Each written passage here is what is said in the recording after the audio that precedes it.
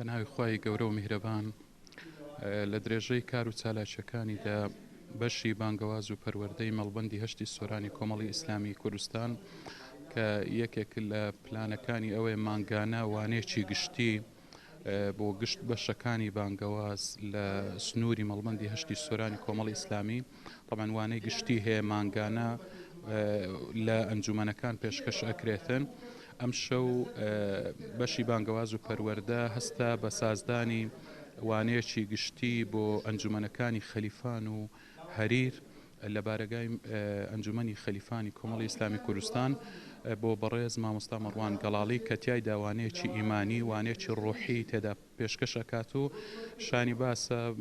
ڕێژەیەکی بەرچاوی خوشکان و برایان ئەم شەو لەم کۆڕا لەم وانە گشتێدا بەشدارن